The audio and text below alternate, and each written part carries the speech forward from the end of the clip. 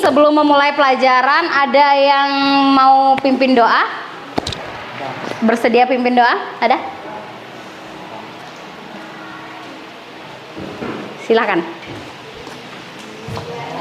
Ya, maju ke depan, Nak.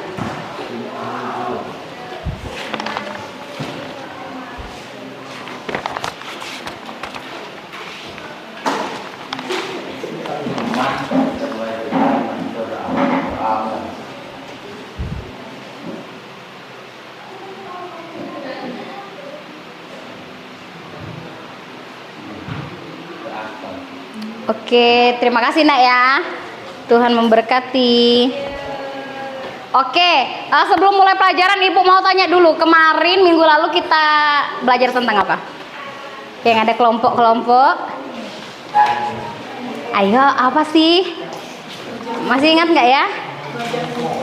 Ya, belajar jadi pemimpin kan. Kalian membuat apa? Agenda, strategi, apa kegiatan-kegiatan apa yang akan kalian laksanakan ketika kalian menjadi pemimpin.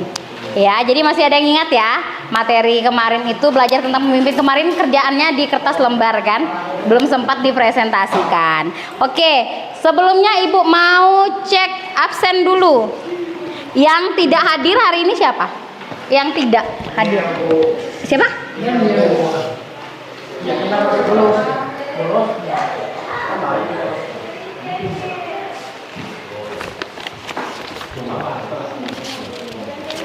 Hari ini tanggal 17 ya? Oh ya. Oh, siapa yang tidak hadir? Lah Bayu sama ini mana? Tanding Bu, sama Rita. Oh, tanding ke Barong. Oke. Oh, berarti Bayu izin ya? Karisa hadir ya? Bayu sama Isgia ya? Celo hadir ya? Charlin belum datang? Christian Pagesi ini yang izin ya? Detia Cindy? Oke. Dori? Oke. Elinda? Heru? Mana Heru? Balik rumah ganti baju. Balik rumah ganti baju. Oke. Hiskia ini izin ya? Ya, bener ya tadi? Indra hadir. Juli hadir. Mareta? Oh ya, Ibu lihat ke sana. Niel? Apa? Wah, sudah 1, 2, 3, 4. Siapa wali kelasnya Ibu sana? Oke. Febriansi Temi? Hadir. Risti? Hadir. Selvika? Izin. Pilia? Hadir ya. Yongki? Hadir. Oke. Terima kasih. Jadi yang hari ini ada 4 orang yang izin, kemudian 1 orang yang tanpa keterangan. Baik, hari ini kita masih melanjutkan tentang pembelajaran kita, yaitu tentang bertumbuh menjadi pribadi yang dewasa. Hanya saja hari ini kita akan melanjutkan materi kita ke pelajaran selanjutnya. Ya, jadi kita mau belajar tentang, kita kemarin sudah tahu tentang pertumbuhan diri kita, terus bagaimana pribadi yang dewasa itu perkataan dan perbuatannya harus sesuai. Nah, kemudian kalian kemarin simulasi belajar menjadi seorang pemimpin. Orang yang dewasa itu tentunya selain bisa memimpin diri sendiri, bisa memimpin orang lain. Nah, sekarang kita mau belajar tentang kelanjutan dari bertumbuh menjadi menuju kedewasaan yang penuh, yaitu kita mau belajar tentang, kalau Ibu tanya kalian, ada yang tahu nggak makna dari kata moral? Ada kan orang bilang, dia tidak bermoral. Nah, jadi moral itu apa? Etika. Moral itu etika ya. Sikap ya. Sikap pribadi kita. Misalnya moral itu lebih kepada etika, cara kita bersikap, cara kita berbicara. Oke, terima kasih Yongki ya. Kemudian kalau susila, apa ya susila? Susila boleh deh searching. Susila, maaf ya. Nggak ada paket. Nah, kan ada orang yang bilang, oh dia berlaku asusila. Ini A-nya dibuang. Yang ditanyakan Ibu susila. Jarang dipakai ya. Jarang didengar, ya kan? Kalau sekali terdengar di berita yang jelek-jelek, perilaku asusila. Ya, kemudian nanti Ibu akan jelaskan ya. Kalau etika, tadi kan moral, katanya Yongki apa? Etika. Ya kan? Nah, sekarang kalau etika apa artinya? Perilaku. Ya, oke. Sama nggak ini tiga nih? Moral, susila, dan etika. Beda. Tapi mirip-mirip. Beda tapi mirip-mirip ya. Oke. Nanti kita akan membahas lebih jauh. Tapi ya silakan masuk Charlene. Nggak apa-apa, silakan masuk di sini ya. Oke, tapi sebelum kita lanjutkan, tadi kita sudah buat kesepakatan kelas dan Ibu minta tolong ditempelkan. Terima kasih ditempelkan ya. Ini kita punya berapa kesepakatan? 1, 2, 3, 4, 5. Ibu akan bantu bacakan ya.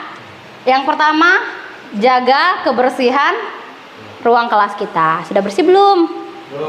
Belum. Berarti nanti dibersihkan ya.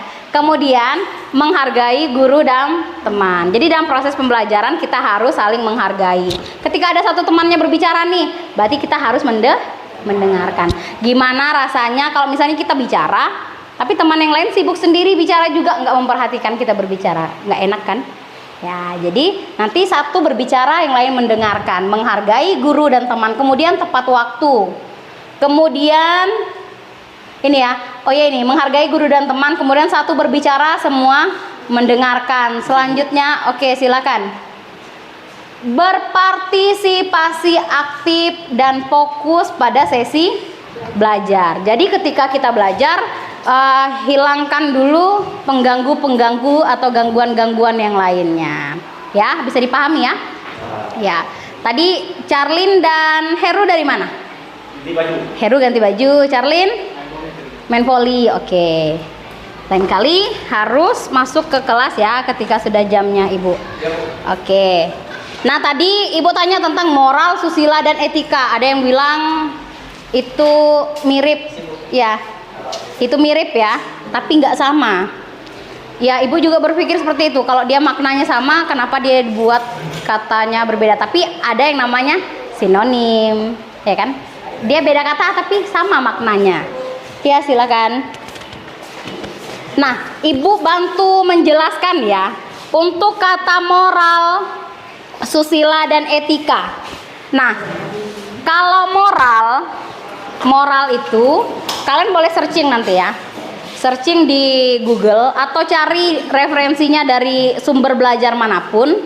Moral itu merujuk pada prinsip-prinsip atau ajaran tentang apa yang dianggap benar atau salah dalam kehidupan, biasanya berdasarkan norma atau kebiasaan masyarakat. Jadi moral itu menunjukkan prinsip-prinsip yang kita anggap benar yang berlaku di dalam masyarakat. Bisa saja perilaku yang dianggap tidak bermoral di negara kita atau di tempat kita dianggap bermoral di tempat lain, karena dia mengacu pada aturan yang berlaku di masing-masing tempat, masing-masing daerah. Makanya kalau misalnya nanti suatu saat kalau kalian misalnya mau ke luar negeri nih, kalian harus benar-benar pelajari budaya setempat. Pastikan bahwa jangan sampai kalian melanggar moral yang atau etika atau prinsip-prinsip yang berlaku di daerah tersebut. Kan ada daerah yang misalnya kita kalau ketemu nggak cukup cuman salaman, harus cium pipi kiri dan cium pipi kanan. Mungkin di daerah kita itu aneh, nggak biasa kan. Bahkan di tempat kita pun, kalau ini ya, kalau budaya asli kita, salaman itu kan budaya baru yang baru masuk. Kalau aslinya kita kan nggak. Pernah nggak kalian ketemu orang Dayak yang kalau ketemu tuh malah kayak saling sapa tapi suaranya nyaring kayak orang lagi marah-marah. Ya kan itu tergantung kebiasaan masing-masing. Ada satu daerah yang di tempat kita ini yang kalau ngomong itu, Ibu pernah ya, ini pengalaman pribadi. Sobolupung ko, nyanakku pumate, kan kayak itu kan kalau di daerah lain kan kayak kasar. Tapi di tempat itu biasa. Kalau kita yang baru dengar, kok kayak ekstrim banget. Kalau misalnya kita ketemu, lama nggak ketemu, kangen nah, kayak gitu kan. Ini nggak, sobolum kok, ya kan kayak gitu. Jadi kayaknya selama ini kalau nggak ketemu tuh mungkin dikira sudah pindah alam gitu ya. Oke, jadi itu maknanya moral. Kemudian kalau susila, susila itu lebih spesifik merujuk pada tata krama. Kalau tadi moral itu prinsip-prinsip yang kita anggap benar dan berlaku di suatu daerah. Kalau susila itu merujuk pada tata krama dan kesopanan dalam berperilaku, yaitu bagaimana seorang bersikap dan bertindak sesuai dengan norma-norma sosial atau istiadat. Nah, merujuk pada tata krama dan kesopanan dalam berperilaku. Jadi lebih kepada misalnya kalau kamu ketemu guru, selamat pagi Pak, selamat pagi Bu, itu susila, kesusilaan. Artinya sopan santunmu, ya, tata kramamu, cara kamu berperilaku. Ada nggak kalau murid yang papasan sama gurunya cuek? Ada. Loh, saya ini kalau kami perempuan kan mungkin lebih perasa. Tapi ada satu teman saya laki-laki sesama guru, nggak perlu saya sebutkan namanya, dia pernah cerita, Bu, saya loh pernah ketemu murid kita di warung. Nih sentuhan, namanya ya di warung nggak sempit ya. Sampai bersentuhan sikut gini nggak ditegur. Ini bukan alumni, ini masih aktif siswanya. Sampai bilang, heran saya kok ada orang kayak gitu. Artinya apa? Mungkin bagi kita itu sesuatu yang sepele. Saya pernah dengar ada yang bilang, Bu, saya itu sebenarnya malu kalau negur. Mungkin karena dia malu, akhirnya dia nggak negur. Tapi di mata kita itu dianggap tidak sopan. Karena selayaknya ketika kita saling mengenal, kalau bertemu itu seyogyanya harus saling sapa. Apalagi guru atau murid terhadap guru. Makanya ibu sering kali kalau kadang malah ibu yang misalnya ketemu murid di luar, ibu yang negur duluan. Karena apa? Ibu nggak mau sampai ketika orang merasa malu, takutnya nanti nggak disapa balik, akhirnya murid itu nggak menyapa, akhirnya terlihat jadi seperti tidak sopan. Jadi pastikan ya, ketemu siapapun, nggak hanya guru, sama orang tua juga. Kalau pergi sekolah pamitan. Jangan karena saya ini takut terlambat. Berapa menit sih kalau pamitan? Nggak yang sampai tunduk basuh kaki orang tua dulu kan, sungkem lama-lama kan, nggak, tinggal bilang Mak, Pak atau Kakak ya, saya pergi sekolah dulu, salim berangkat. Walaupun itu mungkin bukan budaya kita awalnya. Kalau kita kan paling bilang mana nale apa kok, nah kan nggak ada salam atau apa. Tapi ketika kita mengenal, oh ini yang bagus, tata krama yang bagus tuh seperti ini, silahkan dilakukan.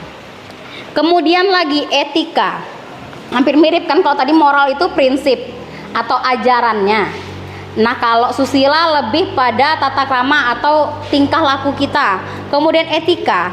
Etika adalah cabang filsafat yang mempelajari tentang prinsip-prinsip moralitas. Etika lebih konseptual dan normatif, berusaha mencari landasan rasional atau apa yang disebut baik atau buruk, benar atau salah. Jadi dia ini mempelajari tentang moral ya, cabang filsafat yang mempelajari tentang prinsip-prinsip moralitas.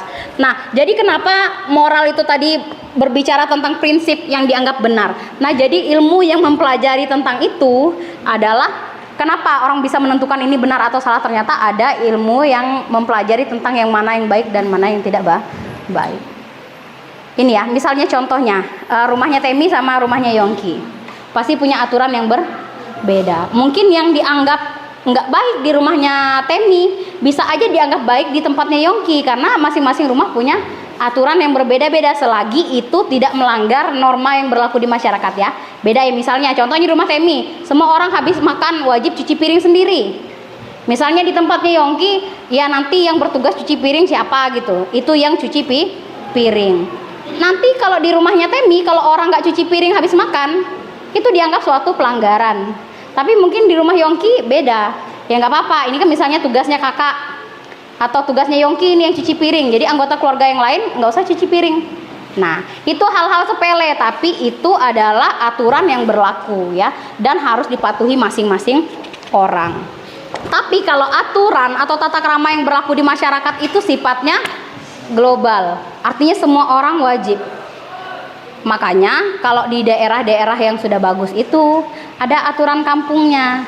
Masyarakat itu jam 10 lewat nggak boleh keluyuran, ya kan? Sekarang coba lihat deh di kampung kita. Contohnya di Kampung Muhur, ada nggak jam 10 anak-anak masih keluyuran? Ada. Coba lihat di kampung kita punya wifi gratis kan? Masih ada anak-anak yang segini Mereka nongkrong di spot yang wifi-nya kencang. Ngapain? Main game. Kok nggak dicari sama orang tuanya, ya kan? Tapi ada juga yang anaknya jam segitu sudah di rumah, karena itu tadi aturan rumah masing-masing berbeda. Apakah mereka melanggar peraturan? Untuk saat ini mereka nggak melanggar peraturan, karena apa? Nggak ada aturan yang tertulis dibuat untuk di kampung itu tentang jam malam, pemberlakuan jam malam. Oke, sekarang ibu lanjut lagi. Kalian tahu nggak makna dari kata spirit? Spiritual atau rohani? Apa ya? Nggak tahu. Nggak tahu ya. Spiritual, kerohanian yang berhubungan dengan apa? Halo. Berhubungan dengan apa kalau spiritual ini? Ya, hubungan manusia dengan Tuhan. Nah, kalau kita belajar Alkitab, kita berdoa, itu hubungan kita dengan siapa? Dengan Tuhan. Kalau sekarang kita berinteraksi di kelas, ini hubungan kita dengan siapa? Dengan guru, dengan sesama teman, ya. Jadi spiritual itu lebih kepada hubungan kita dengan Tuhan. Nah, sekarang ibu lanjutkan lagi ya. Kalau ibu memberikan satu pernyataan, setiap orang mengalami pertumbuhan moral dan spiritual. Tadi kita sepakat bahwa spiritual itu hubungan kita dengan Tuhan. Moral itu berbicara tentang aturan-aturan atau prinsip yang berlaku dalam masyarakat. Jadi bagaimana kita mematuhi aturan yang berlaku dalam masyarakat. Nah, hubungan kita dengan Tuhan ini berbicara tentang aturan juga nggak? Ya kan? Banyak sekali aturannya. Dan banyak aturan yang dibuat oleh Tuhan ini untuk manusia itu diadopsi oleh manusia dan dibuat dalam satu aturan yang tertulis, ya kan? Firman Tuhan bilang apa? Jangan mencuri. Di hukum negara apa? Pencuri dihukum. Artinya mencuri itu dilarang. Ada undang-undang yang berlaku, ada undang-undang yang diatur untuk memberi sanksi kepada orang-orang yang melakukan hal itu. Firman Tuhan bilang apa? Jangan membunuh. Di dalam undang-undang ada hukumnya untuk orang yang membunuh dengan tidak sengaja, yang membunuh dengan perencanaan. Ada masing-masing. Makanya ada persidangan, di situ nanti ada debat, ya kan? Ada yang bilang, "Oh, saya tidak sengaja melakukannya." Nah, terus misalnya bilang, "Terus parang ini dari mana kamu dapat untuk membunuhnya?" "Ya, itu saya iseng aja bawa dari rumah." "Ngapain kamu iseng bawa parang ke rumah orang?" Ya kan? Nanti akan ketahuan di situ, oh dia ini berencana atau refleks seperti itu. Nah, jadi kalau ibu buat pernyataan setiap orang itu berarti termasuk saya dan kalian semua mengalami pertumbuhan moral dan spiritual. Kira-kira yang muncul dalam benak kalian apa? Pertanyaan-pertanyaan yang muncul di situ. Benar nggak sih semua orang mengalami pertumbuhan moral dan spiritual? Ya kan? Kenapa manusia mengalami pertumbuhan moral? Muncul nggak pertanyaan itu? Kalian mungkin berasa dunia ini berjalan begitu aja. Kalian yang tadinya yang pernah ibu bahaskan dulu kalian cengeng, sekarang enggak. Dulu kalian apa-apa minta tolong orang tua, sekarang kalian bisa melakukannya sendiri. Itu enggak berjalan begitu saja. Ada sesuatu yang terjadi di dalam diri kalian yang mengubah kalian, ya kan? Nah, biasanya pertanyaan yang muncul itu seperti ini: mengapa manusia perlu mengalami pertumbuhan? Kenapa manusia itu perlu mengalami pertumbuhan? Kenapa enggak dari bayi sampai remaja aja, biar kita tuh muda terus, wajah kita kencang terus, kita ada di fase yang paling keren, ya kan? Tapi enggak, manusia itu dari kecil tumbuh remaja, nanti tua, menurun, ya kan? Dari dia menanjak, habis itu menurun lagi. Dan perilakunya juga nanti kembali ke anak-anak yang mungkin pernah merawat kakek atau neneknya atau mama bapaknya yang sudah usia tua. Pasti kalian tahu bahwa perilaku orang yang tua itu hampir mirip dengan perilaku anak kecil. Bukan hanya fisiknya yang menurun ya. Kalau fisiknya menurun kembali kayak bayi lagi kan lucu. Ini orangnya sudah keriput, tapi kelakuannya kembali seperti anak-anak, bawel, menjengkelkan, nanya terus, sudah dikasih tahu, nanya lagi, sudah dikasih tahu, nanya lagi. Itu fase kehidupan manusia. Nah, bagaimana pertumbuhan moral yang benar pada manusia dewasa? Kemarin kita sempat belajar bahwa apa? Ada yang masih ingat? Apa ciri-cirinya? Bagaimana pertumbuhan moral yang benar pada manusia dewasa? Orang yang dewasa, versi kalian kan pernah Ibu kasih pertanyaan. Orang dewasa versi kalian tuh seperti apa? Seperti apa? Enggak. Anak presiden itu bukan sesuatu yang sempurna yang bisa kita jadikan contoh, tapi lebih kepada mungkin gini ya, memang mereka bagus, tapi lebih kepada karakter seperti apa sih yang kita anggap dewasa yang sesungguhnya. Tadi Ibu pernah bilang di awal apa? Perkataan dan perbuatannya itu sesuai. Ya kan? Kalau anak-anak bilang gini, ya mak, nanti mak. Ujung-ujungnya sampai sore nggak dikerjakan. Ya ati, sampai sore mamanya lagi yang kerjakan. Ya kan? Misalnya kayak gini, lain kali jangan pakai sendal lagi ya. Masih pakai sendal lagi. Lain kali kalau ini ke kantin, kalau sudah jam masuk langsung masuk ya. Masih ada yang nggak dengar-dengaran. Jadi kita belum bertumbuh secara dewasa secara sepenuhnya. Apa saja yang dapat menunjang pertumbuhan moral seseorang menjadi pribadi yang dewasa? Nah, kira-kira selama perjalanan hidup kalian ini sampai di titik ini, hal apa sih yang membuat kalian itu jadi pribadi yang seperti sekarang ini deh? Bandingkan diri kalian di SD sama kalian sekarang. Ibu mulai pertanyaannya dari Celo deh. Celo bisa bantu jawab. Apa sih yang membuat kamu berubah? Maksudnya ketika kamu SD sama sikap kamu yang sekarang, kira-kira apa yang bikin kamu berubah? Tunggu sebentar ya. Kira-kira apa Celo yang membuat kamu berubah? Bukan berubah jadi Spiderman atau Superman ya. Apa sih yang bikin kamu berubah? Ada hal apa, misalnya nasihat orang tua atau ajaran guru, ataukah kamu liatin temanmu, atau ada tokoh-tokoh yang kamu idolakan yang membuat kamu pengen deh berubah jadi kayak gitu, jadi lebih dewasa. Ada nggak? Nah, nasihat orang tua. Nasihat orang tua ya kan, setiap hari didengarin, dilakukan. Ya, oke, terima kasih Celo. Heru, oke deh. Heru, apa Heru yang bikin Heru berubah dari SD sampai sekarang nih? Berubah jadi sekarang ini lebih baik. Apa yang nasihat orang tua juga. Oke. Jadi kita tahu bahwa ini sudah 2 orang ya menganggap bahwa yang membuat mereka berubah itu adalah nasihat orang tua. Sekarang Charlene, pegang sayang. Apa yang bikin kamu berubah? Maksudnya pergaulan. Berarti kamu bergaul dengan teman-teman yang baik. Jadi pergaulan itu mempengaruhi. Oke, terima kasih. Pilia, ya. Siapa namanya? Apa yang bikin Pilia berubah nih? Dari SD mungkin masih bergantung sama mama semuanya, terus mungkin masih ya pasti ada perubahan kan dari kamu SD sampai sekarang. Apa sih yang bikin kamu berubah? Boleh 1, boleh 2, boleh banyak hal. Boleh salah 1, salah 2, salah 3. Asal jangan salah semua ya. Jadi dewasa. Ya, menjadi dewasa karena pertumbuhan. Jadi pemikirannya juga lebih dewasa ya. Berarti dia timbul dari dirinya sendiri. Oke, terima kasih.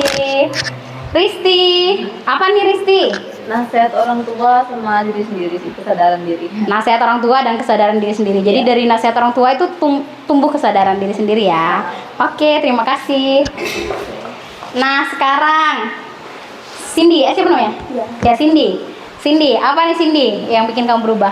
Nasihat orang tua dan cara berpikir. Oh, nasihat orang tua dan cara berpikir ya. Jadi semakin dewasa, semakin berubah pola pikirnya ya. Oke, terima kasih. Yongki, apa nih Yongki? Yongki ini dewasa banget dia nih, dewasa sebelum waktunya. Nggak, maksudnya ibu dia nih mandiri gitu lah. Apa sih Yongki yang bikin kamu dewasa seperti sekarang ini, maksudnya berubah dari yang perilaku waktu SD sampai sekarang? Dari support orang-orang sekitar, Bu. Support orang-orang sekitar ya. Dan berpikir sebelum bertindak, Bu. Berpikir sebelum bertindak. Jadi sebelum melakukan tuh mikir dulu. Iya, Bu. Luar biasa. I like it. Silakan Temi. Temi ini juga dewasa dia. Dia loh yang mendampingi nenek kakeknya. Dia yang paling setia nemani nenek kakeknya. Silakan Temi. Singkat saja ya, Bu. Ya, singkat padat jelas. Belajar dari kesalahan. Belajar dari kesalahan. Nah. Jadi ternyata kesalahan itu juga penting, ya kan? Karena ada orang yang belajar dari kesalahan diri sendiri, ada orang yang belajar dari kesalahan orang lain. Oke, terima kasih Temi, luar biasa. Siapa namanya sayang? Elinda, Bu. Hah? Elinda? Iya. Elinda, apa Elinda? Nasihat orang tua sama pola pikir. Nasihat orang tua sama pola pikir ya. Jadi semakin dewasa, semakin berubah pola pikirnya ya. Oke, terima kasih. Sayang, apa? Nasihat orang tua. Nasihat orang tua ya. Jadi nasihat orang tua itu sangat berpengaruh ya, luar biasa ya. Ternyata bangga juga saya sebagai emak-emak ya. Jadi saya keluar-keluar setiap hari itu mungkin berguna juga buat anak-anak saya. Oke, terima kasih ya. Apa nih yang bikin kamu berubah? Terima kasih semuanya ya. Terima kasih Indra ya. Jadi dari kalian kan sama-sama mendengarkan nih apa yang disampaikan sama teman-teman kalian. Apa yang disampaikan teman-teman kalian? Ya, apa yang disampaikan teman-teman kalian? Jadi hampir semuanya itu dari pola pikir sendiri dan juga pengaruh dari orang-orang di sekitar. Lebih banyak tadi pengaruhnya dari orang tua. Ternyata gini ya, kadang kita berpikir bahwa ketika kita dimarahin orang tua, kita berpikir bahwa orang tua nih nggak sepemikiran dengan saya, mereka itu terlalu kolot, mereka nggak ngerti jalan pikiran saya. Tapi ketika kalian menjalani hidup kalian makin sadar nih bahwa ternyata apa yang diajarkan orang tua itu berguna. Hal sepele saja, bangun pagi. Kalau kita nggak dengar-dengaran, kita nggak mau bangun pagi, siapa yang terima konsekuensinya? Kita kan, kita terlambat. Mungkin kita nggak terlambat ke sekolah, tapi kita nggak sempat ngapa-ngapain, nggak sempat sarapan, ya kan? Ya. Mungkin ada yang nggak sempat mandi, mungkin, ya kan? Jadi sebenarnya orang-orang di sekitar kita itu sangat mempengaruhi pertumbuhan moral kita menjadi lebih dewasa. Kita harus syukuri itu. Jadi berkat itu bukan cuman berbicara tentang uang. Berkat itu juga berbicara tentang bagaimana Tuhan menempatkan orang-orang baik di sekitarmu. Mungkin orang tuamu nggak sempurna, keluargamu nggak sempurna, nggak seperti yang kamu harapkan. Lingkunganmu juga kamu nggak bisa milih kan. Ketika kamu lahir di lingkungan yang mungkin tidak kenal Tuhan, mungkin yang tidak sempurna bagi kamu. Tapi Tuhan tempatkan kamu di situ. Ada orang-orang yang mungkin bisa menggugah hatimu, menjadi contoh yang baik yang bisa kamu tiru. Ya, seperti itu ya. Jadi itu juga satu hal yang patut kalian syukuri. Selanjutnya, apakah yang dikaruniakan oleh Allah sebagai pencipta dalam pertumbuhan moral manusia? Apa nih yang dikaruniakan oleh Allah sebagai pencipta dalam pertumbuhan moral manusia? Tadi ada yang bilang diri sendiri. Gini ya, walaupun misalnya saya selama 5 hari kalian di sekolah ini saya kasih nasihat terus sama kalian. Tapi ketika kalian tidak diberi hikmat oleh Tuhan untuk mencerna nasihat orang-orang di sekitar dan tidak diberi hikmat untuk mampu merubah diri kalian sendiri, kan nggak akan bisa berubah. Yang dikaruniakan Tuhan dalam hidup kita itu supaya moral kita itu bertumbuh, supaya kita bertumbuh menjadi pribadi yang lebih baik adalah hikmat dari Tuhan dan juga Roh Kudus ya. Percaya nggak nih bahwa setiap hari hidup kita itu dipimpin oleh Roh Kudus? Pernah nggak ketika kita mau melakukan yang jahat, kita kayak ada sesuatu yang berbisik dalam diri kita, jangan. Pernah kan? Nah, itu adalah Roh Kudus yang mengingatkan kita. Kita sering bilang, hati nuraniku berkata, nggak boleh kayak gitu. Padahal itu adalah bagaimana cara Tuhan menuntun kita melalui Roh Kudus. Dia bekerja di dalam pikiran kita sehingga kita berhikmat. Tadi Yongki bilang apa? Memikirkan sebelum melakukan itu, berpikir dulu. Temi bilang tadi apa? Belajar dari kesalahan. Orang yang nggak berhikmat nggak akan pernah belajar dari kesalahan, ya kan? Ada nggak orang yang melakukan kesalahan yang sama berulang kali? Banyak, ya kan? Jadi butuh hikmat untuk merubah itu. Ada yang mau sharing nggak tentang misalnya pengalaman kalian berubah? Ada nggak yang mau sharing?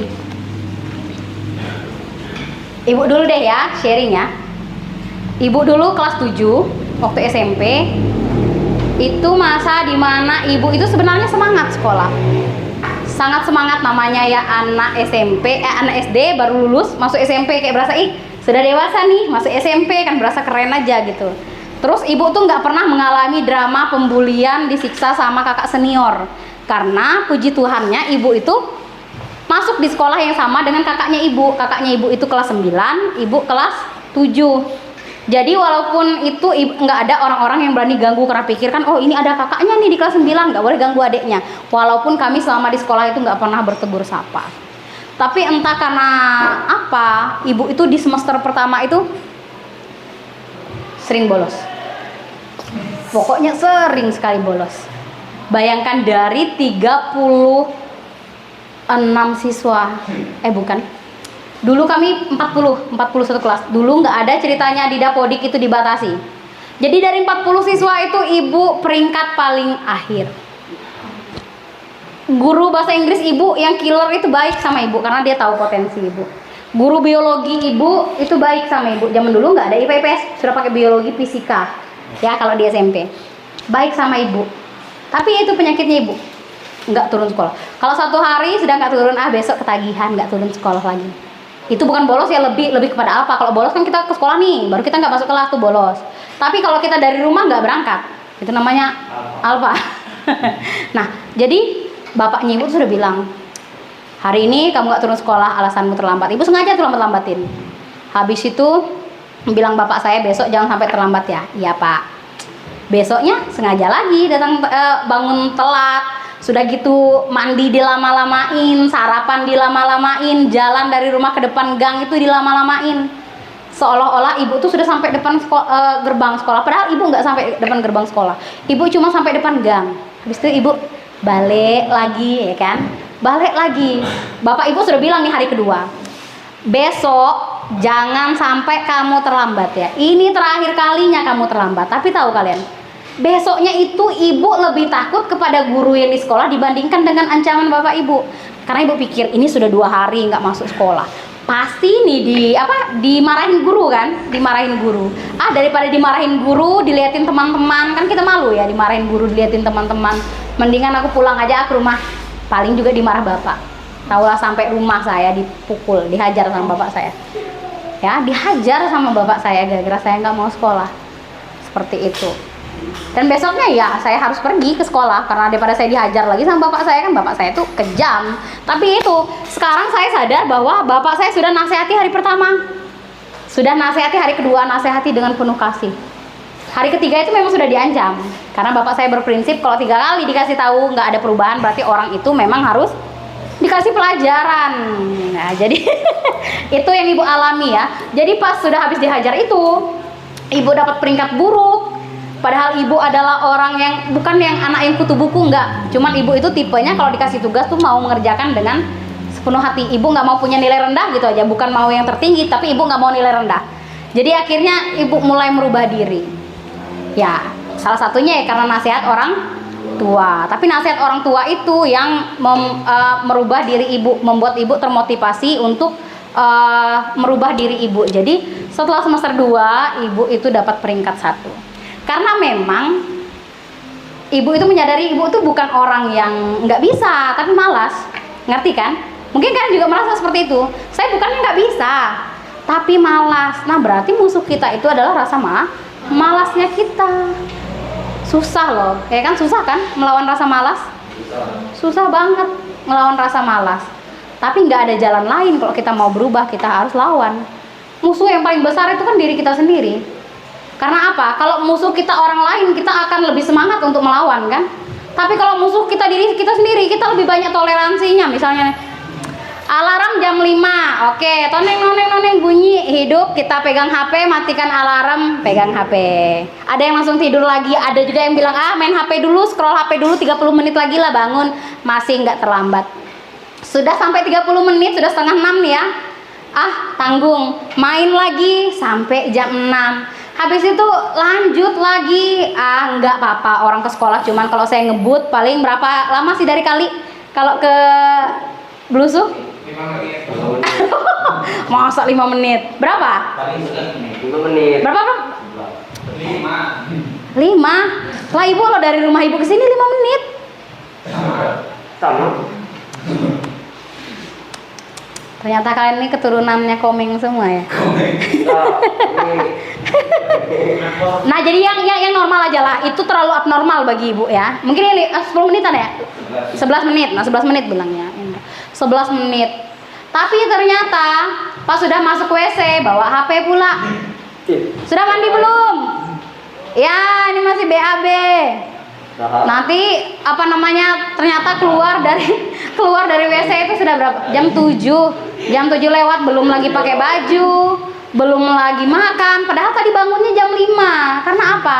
Kita itu terlalu banyak toleransi kalau sama diri sendiri. Kita tuh terlalu baik untuk diri kita sendiri. Tapi baiknya itu ke arah yang negatif. Ya kan? Akhirnya apa? Akhirnya kita ya begitu. Akhirnya kita sulit untuk berubah. Jadi gimana sih caranya? Ya pertama, pasti kita belajar kebenaran firman Tuhan. Terus yang kedua, nasihat yang kita dengar itu kita cerna, yang baiknya kita ambil, kita hidupi dan lakukan. Kenapa mama kita ngomel setiap hari? Karena kita melakukan kesalahan yang sama setiap hari. Atau yang tinggal sama kakak deh. Nah, kakak tuh cerewet. Karena apa? Kita melakukan hal yang sama setiap hari. Heran, kemarin marahin itu, hari ini marahin itu. Coba deh dicerna baik-baik. Berarti kita melakukan kesalahan yang sama lagi. Nah, berarti kita harus merubah diri kita. Dalam proses berubah itu sebenarnya kita itu membutuhkan dukungan orang lain. Kira-kira nih, Yongki, kalau misalnya kemarin ada nggak orang-orang yang kamu anggap sangat membantu kamu dalam merubah hidupmu di rumah, yang bisa ngingatin kamu terus? Ada nggak? Ada. Siapa? Kakak saya juga. Kakak. Oh ya, kakak ya. Kakak yang selalu ngingatin terus ya. Kakaknya Yongki ini anaknya berprestasi. Seperti itu ya. Jadi yang lainnya juga pasti ada orang-orang yang bantu, mendukung untuk mengingatkan kita. Hargai itu. Karena itulah proses kita untuk berubah ya. Jadi untuk pelajaran hari ini kita sudah belajar bagaimana kita itu bertumbuh secara moral dan spiritual. Pertumbuhan itu nggak serta-merta.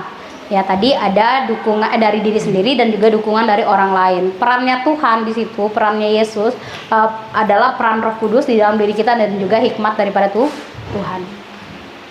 Ada nggak orang yang sampai tua tuh nggak berubah kelakuannya kayak gitu-gitu aja? Ada. Coba kalian jalan ke penjara, misalnya kalian berkunjung atau apa, kalau orang di kota itu kan bisa kunjungan, pergi mendoakan, pelayanan di penjara. Saya nggak bilang bahwa orang-orang di penjara adalah orang-orang buangan, enggak. Mereka hanya salah jalan ya. Orang salah jalan itu berarti dia bisa berubah, dia bisa kembali ke jalan yang benar. Tapi ada loh di sana orang-orang yang sudah tua, mungkin setua kakek kalian. Iya, ada yang setua bapak kalian mungkin, ya kan? Tapi di sana mungkin ada hal-hal yang mereka nggak sadari, mereka buat kemudian membawa mereka ke sana. Jadi artinya apa? Berubah itu nggak mesti tunggu kalian tua, nggak harus tunggu kalian saya masih mau menikmati hidup. Intinya berubah itu ketika ada kesadaran di dalam dirimu, lakukan. Jangan dilawan, ya. Jangan dilawan. Nah, makanya tadi saya bilang ada orang-orang yang dewasa sebelum waktunya. Karena apa? Hidupnya menuntun dia seperti itu. Saya kelas 1 SD sudah bisa masak nasi. Ya mungkin kalian juga bisa, tapi mungkin di seangkatannya saya, yang saya hidup di kota, banyak anak-anak yang belum ngerti masak. Karena apa? Mereka hidup didampingi orang tuanya 24 jam. Nah, kalau saya dari kecil dititipkan sama kakak sepupu, mereka SMA, saya SD. Nah, mereka pulangnya sore, kita sudah pulang, kita lapar, kita masak sendiri. Dari yang masak nasinya mentah sampai gosong, ada yang sebagian mentah, sebagian gosong, itu dinikmati semua. Sampai akhirnya kita bisa masak sendiri dengan bagus. Dulu tuh masih pakai kompor yang bukan hok. Kalau hok masih bagus, yang kompor sumbu hok. Ini yang kompor yang kalau hok tuh kan kalau naikkan turunkannya pakai muter. Nah, kalau itu yang diketek, turunkan, dinaikkan, itu yang kompor yang nggak ada merek. Pakai lidi itu, Pak. Iya, yang pakai lidi. Tapi kalau kita pakai hok, yang kompor hok itu kan pakai lidi juga hidupannya, cuman dia untuk besarkan kecilkannya itu pakai pemutar. Hah?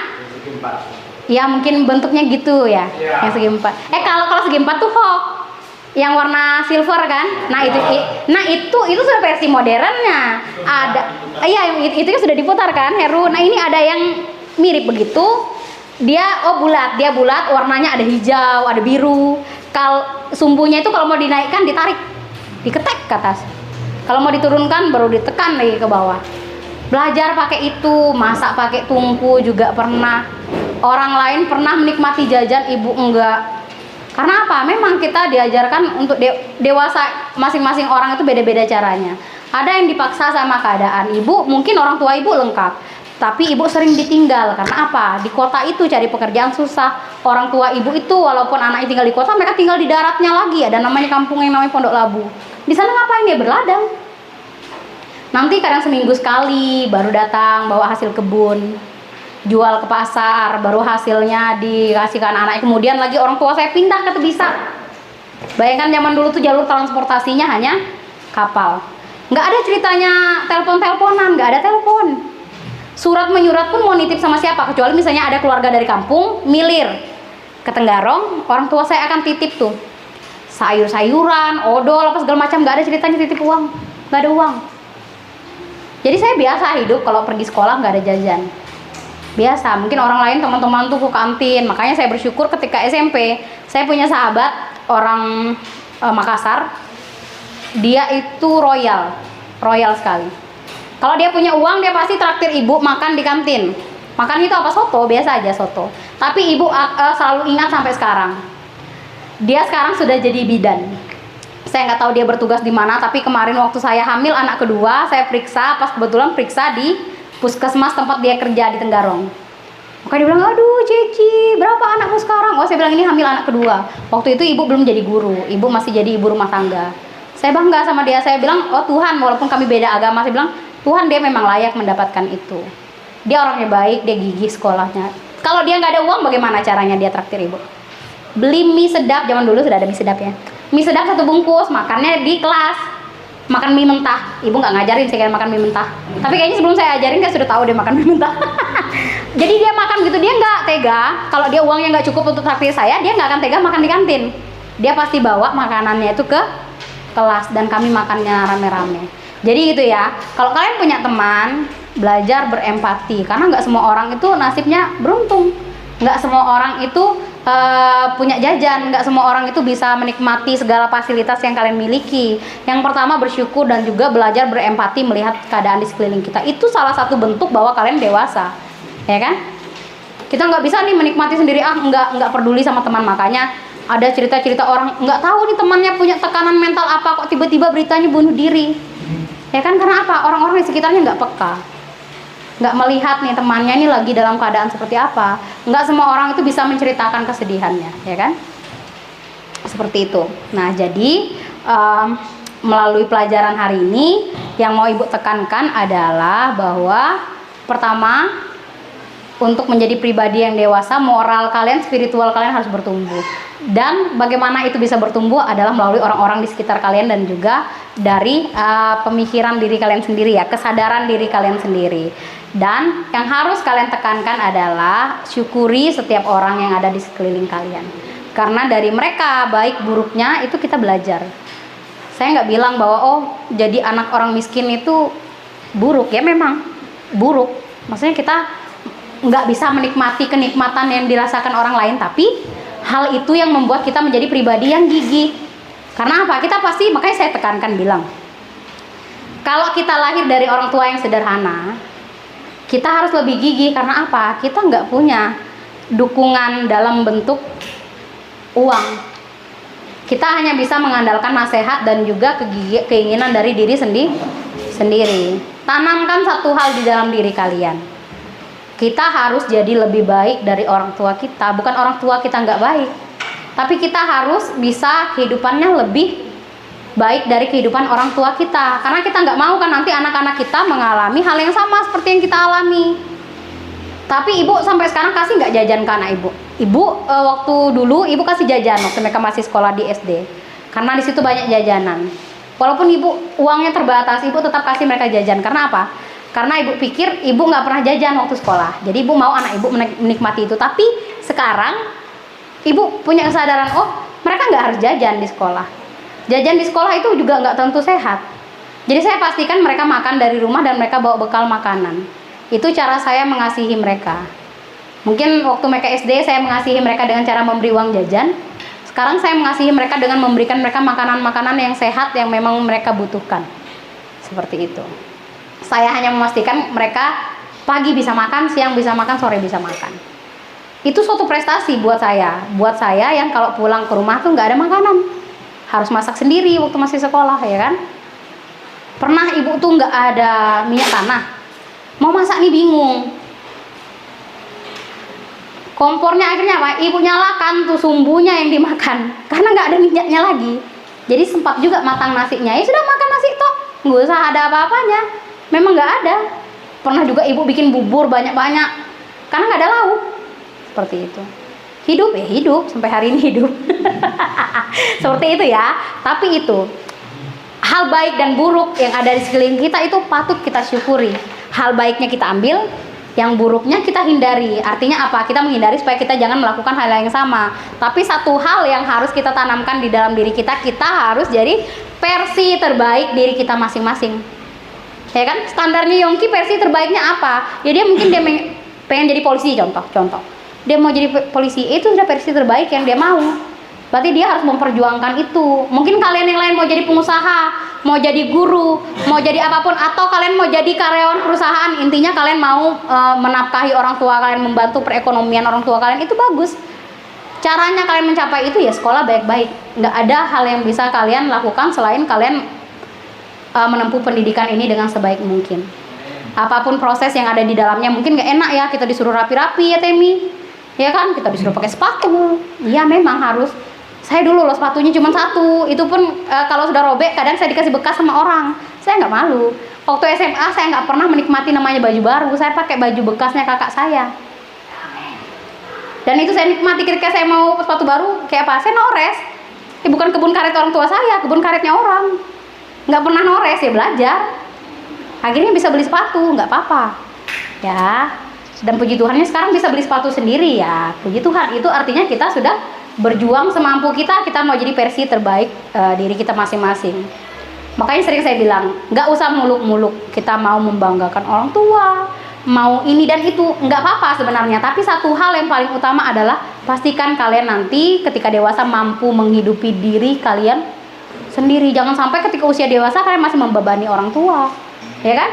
Ya, kalau dari sekarang bisa mandiri, bisa bantu orang tua ya nggak apa-apa, lebih bagus, ya kan? Bisa kan ya Chen ya? Perkara sepele aja, jangan bikin mereka kesal, itu sudah sesuatu yang luar biasa, ya kan? Jangan karena orang tua tuh cinta sama kita, biarpun kita bikin kesalahan nanti juga pasti dimaafkan. Tapi tahu nggak kalian, orang tua tuh kalau sakit hati itu luar biasa. Kadang kalau mau tidur nangis, nanti bangun pagi besok sudah biasa-biasa aja, kayak nggak terjadi apa-apa. Apalagi kalau kalian sampai bentak orang tua kalian. Itu sabar, maupun penuh hati. Bagi kita biasa aja, karena kita lagi kesal kan. Orang tua kita maafkan nggak? Pasti maafkan, tapi mereka pasti sakit hati. Ya, seperti itu ya. Jadi untuk mengakhiri pelajaran hari ini, Ibu mau satu orang deh bicara apa sih yang kalian dapatkan dari pelajaran hari ini. Ada yang bersedia nggak? Ibu nggak usah tunjuk deh. Ada yang bersedia menceritakan apa sih yang kamu dapatkan hari ini? Misalnya, oh ya Bu, melalui pelajaran hari ini saya sadar bahwa saya akan terus berubah menjadi lebih baik. Moral saya, spiritual saya mensyukuri setiap orang yang ada di sekeliling saya, orang-orang yang mendukung saya untuk berubah jadi lebih baik. Ada nggak yang mau mencoba berbicara? Ada nggak? Yongki deh, karena Yongki di depan Ibu. Oke, silakan. Dipegang aja mic-nya. Simpel aja. Dari pelajaran hari ini, ada nggak hal yang kalimat yang kamu ingat yang menggugah hati kamu? Nggak usah banyak-banyak. Misalnya, oh ya Bu, melalui pelajaran hari ini saya berjanji deh di dalam diri saya mau jadi pribadi yang lebih baik lagi dan gigih mencapai cita-cita saya. Pelajaran ini kita harus bersyukur apapun keadaan kita dan jangan menyerah. Ya. dan selalu tetap berjuang walaupun keadaan kita di bawah orang lain, dan tetap semangat, Bu. Tetap semangat. Oke, luar biasa. Terima kasih. Ya, terima kasih ya. Luar biasa. Jadi intinya masing-masing kita ngomong sama diri kita, saya harus jadi lebih baik dari hari ini. Apapun yang terjadi, saya harus jadi lebih baik dari hari ini. Ya, oke. Terima kasih semuanya. Terima kasih untuk pembelajaran hari ini. Ya, sebelum kita mengakhiri pembelajaran, kita akan sama-sama berdoa. Ibu akan pimpin. Mana Temi? Gitarmu, Tem? Kita nyanyi satu pujian. Main kali.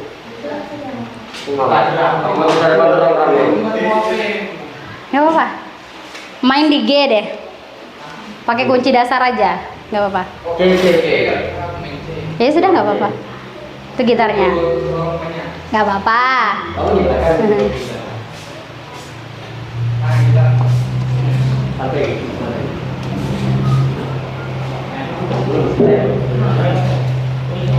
Lagu apa ya? Ya, aku mau cinta Yesus yang simpelnya.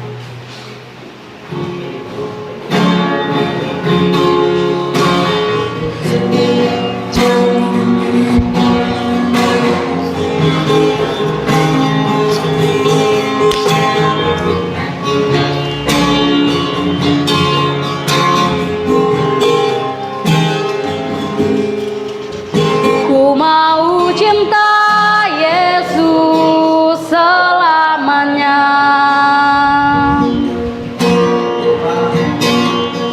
Ku mau cinta Yesus selamanya. Meskipun badai silih berganti dalam hidupku, ku tetap cinta Yesus selamanya. Ya Aba Bapa.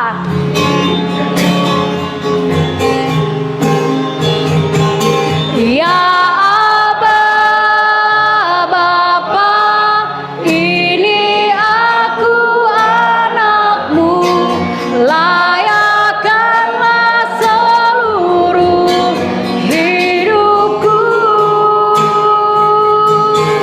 Ya Aba Bapa, ini aku anakmu, pakailah sesuai dengan rencanamu. Katakan ya Aba Bapa. Ya Aba Bapa, ini aku anakmu, layakkanlah seluruh hidupku. Ya Aba Bapa, ini aku anakmu, pakailah sesuai dengan rencanamu. Pakailah sesuai dengan rencanamu. Haleluya, Tuhan Yesus, terima kasih buat hari ini di mana Tuhan sudah menolong kami bersama-sama berkumpul untuk kami belajar. Kami tahu kami sebagai manusia kami terbatas, tapi kami percaya bahwa kuasa Tuhan tidak pernah terbatas bekerja dalam kehidupan setiap kami Tuhan. Bekerja untuk setiap kehidupan anak-anak-Mu Tuhan. Kami mengucap syukur buat setiap hal baik yang sudah terjadi dalam kehidupan mereka. Bagaimana mereka terus bertumbuh secara moral maupun spiritual Tuhan. Mereka bertumbuh menjadi pribadi yang semakin dewasa dan menuju kepada kesempurnaan yang Tuhan harapkan dalam kehidupan mereka. Kami berdoa Tuhan, Kau memberkati mereka, berikan mereka hikmat, kemampuan untuk mereka melakukan setiap kehendak-Mu di dalam kehidupan mereka. Kami juga berdoa kiranya Tuhan memberkati orang tua mereka, keluarga mereka, orang-orang yang ada di sekitar mereka Tuhan, sehingga orang-orang di sekitar mereka mampu menuntun mereka menjadi orang-orang yang lebih baik, menjadi orang-orang yang seturut dan sesuai dengan kehendak-Mu Bapa. Kami mengucap syukur buat pembelajaran hari ini. Kami bersyukur buat apa yang sudah Tuhan kerjakan. Kami mengakhiri pembelajaran kami di dalam nama Tuhan Yesus Kristus, Allah kami yang hidup, kami berdoa. Haleluya. Amin. Amin. Terima kasih semuanya. Tuhan Yesus